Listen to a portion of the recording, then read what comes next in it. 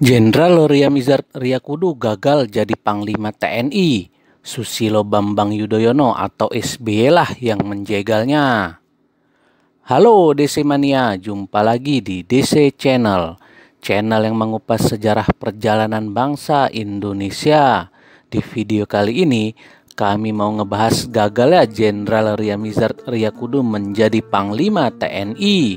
Padahal nama Riamizard sudah diajukan Presiden Megawati Soekarno Putri ke DPR. Di tengah jalan, Presiden SBY menjegal pencalonan Riamizard. Mengapa itu terjadi? Stay tune ya.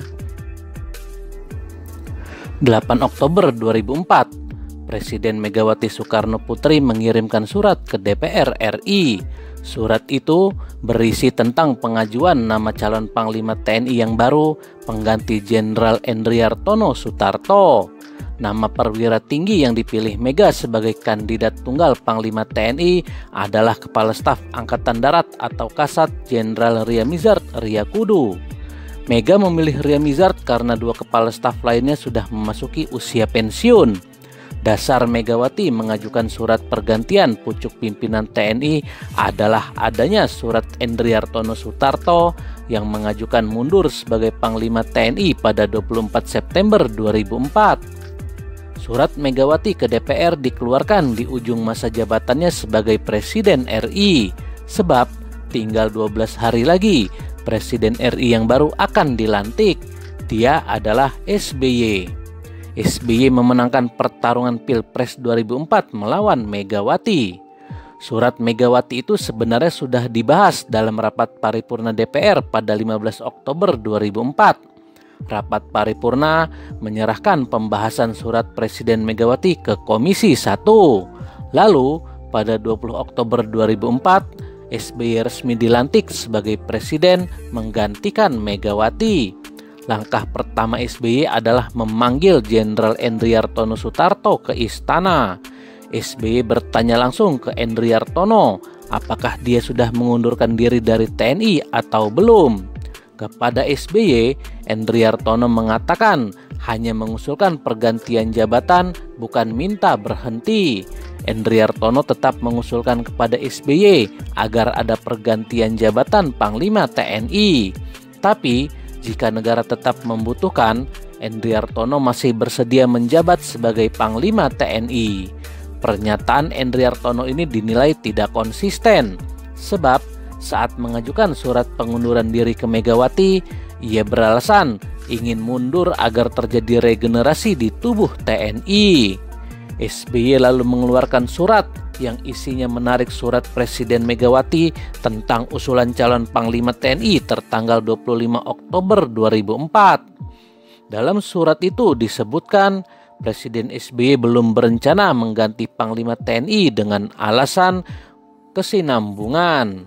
Artinya Jenderal Endriartono Sutarto tetap menjadi Panglima TNI. Sehari setelah SBY mengirimkan surat itu ke DPR, ia memanggil Riamizard ke Istana Negara. Dalam pertemuan yang berlangsung selama 2 jam itu, hanya 5 menit saja waktu yang mereka gunakan untuk bicara serius. Sisanya SBY dan Riamizard ngobrol santai sebagai sesama lulusan Akabri. Pada pembicaraan 4 mata itu, SBY intinya meminta Riamizard membenahi TNI.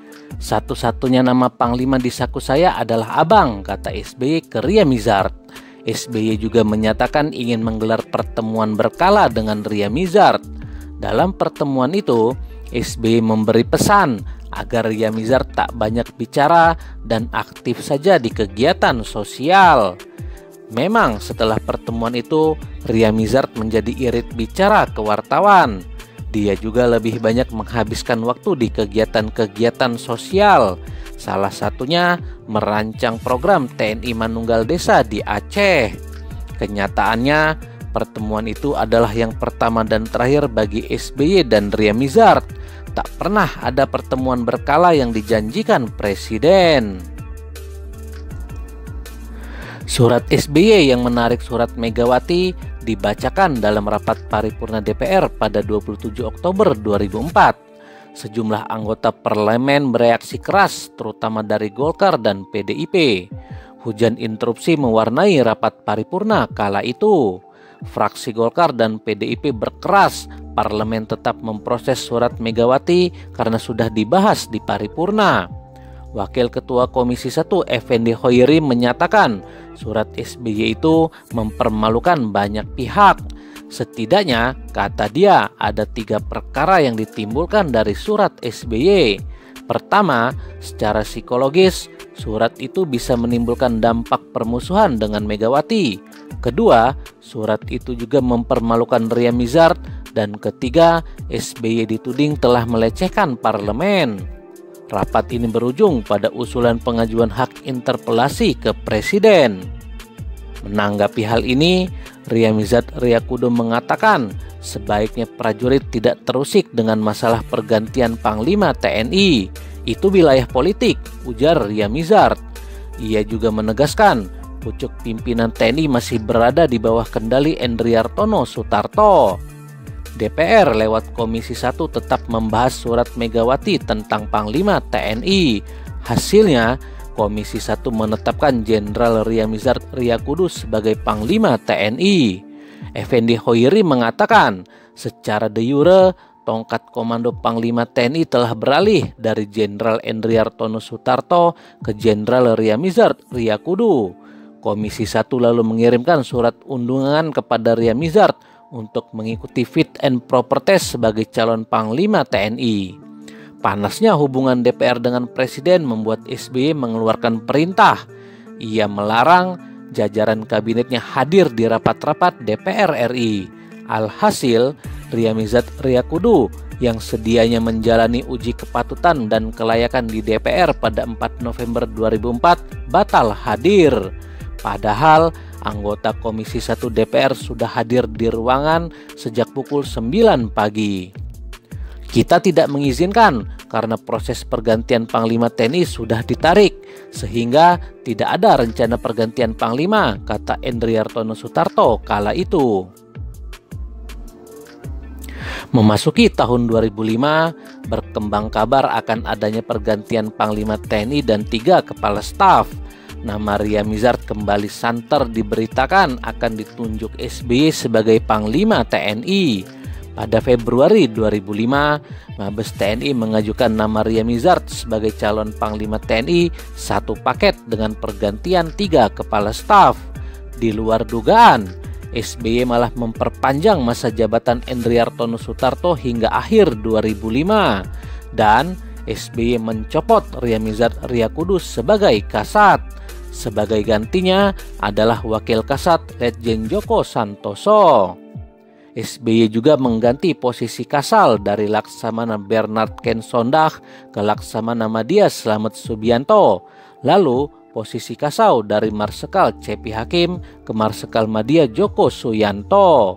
Joko Suyanto adalah teman satu angkatan SBY di Akabri 73. Pergantian Sondag dan Hakim dirasa wajar karena keduanya memang telah memasuki masa pensiun.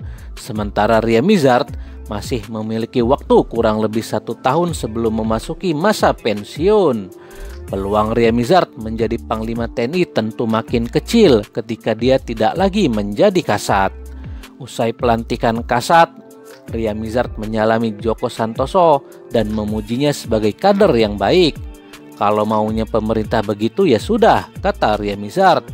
Kalau jadi Panglima TNI syukur, kalau enggak juga ya enggak apa-apa. Jabatan itu kan urusan Tuhan, ujar Ria Mizard.